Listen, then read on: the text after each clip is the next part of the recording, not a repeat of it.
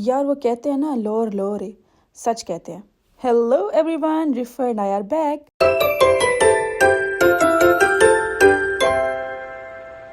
मुझे फिल्मों और ड्रामों का इतना शौक था कि सारी ज़िंदगी मैंने फिल्में और ड्रामे देखने में गुजार दी, और उन्हीं ड्रामों से मैंने सीखा कि लाहौर की ज़िंदगी बहुत ज़बरदस्त है, बाहर जाके पढ़ना बहुत ज़बरदस्त है, हॉस्टल में रहना बहुत ज़बरदस्त है, और घर वालों से लड़ के जाना तो और भी ज़बरदस्त है.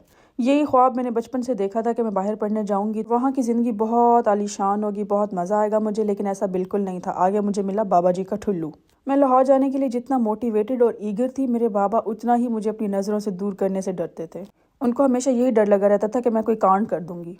यहाँ तक मेरी बाबा से लड़ाई हुई कि अगर तुमने लाहौर जाना है तो मेरी लाश से गुजरना पड़ेगा, क्योंकि जितना फिल्मी मैं थी उतना ही फिल्मी मेरे बाबा भी तो थे ना यार. बहुत अरसा मैंने उनसे लड़ाई की, उसके बाद खैर वो मान ही गए हमेशा की तरह. उन्होंने मेरा लाहौर में एडमिशन करा दिया. हॉस्टल में रहने के लिए मैं बहुत एक्साइटेड थी. मुझे लगता था नाश्ते में दूध और कॉर्नफ्लेक्स देते होंगे, लेकिन ऐसा बिल्कुल नहीं था. पहली रात जब थक हार के मैं सफ़र करके लाहौर आई, रात के अंधेरे में ही जो भी मेडिकल कॉलेज के सामने हॉस्टल नज़र आया, वहाँ पे मैंने एडमिशन ले लिया. अब ये भैया को मैंने ये सोचकर वापस भेज दिया कि बस अब तो हॉस्टल में मैं एंटर हो गई हूँ, मुझे रूम मिल गया, तो उसको अब मैं क्या ही वेट कराऊँ बाहर, तो वो चला जाए वापस.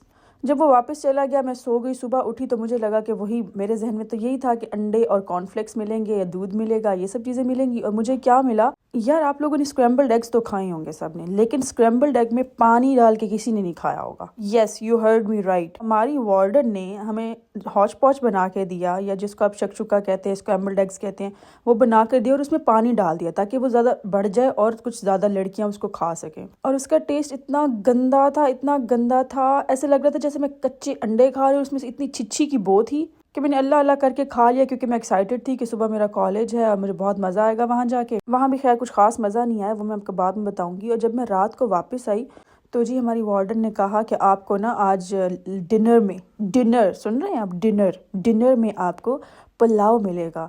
मैं बहुत खुश हुई. मैंने कहा चलो शुक्र है, सारा दिन कुछ नहीं खाया तो अब मैं पुलाव खाऊंगी, क्योंकि मुझे चावल बहुत पसंद है. यार जब चावल आए ना, उबले हुए चावल, जो कि अभी पूरे उबले भी नहीं थे, कच्चे थे, और उसमें इतना ज़्यादा नमक था कि मैं एक नवाला चावल का लेती थी, ऊपर से पानी पीती थी ताकि वो नीचे जाएं, क्योंकि उसका टेस्ट इतना बुरा था कि बस मैं पेट भर रही थी अपना.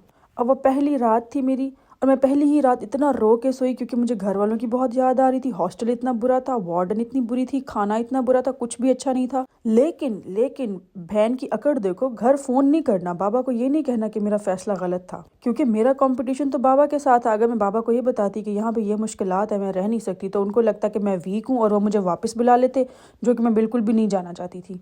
2-3 साल मैंने ऐसे गुजारे, मैदे की मरीज बन गई, लेकिन हार नहीं मानी मैंने. मैं हमेशा खुद को कहती थी आई कैन डू इट, लेकिन कभी कभी मुझे ये भी लगता था यार I can't do it, please मुझे कोई इस जहन्नम से बचा ले.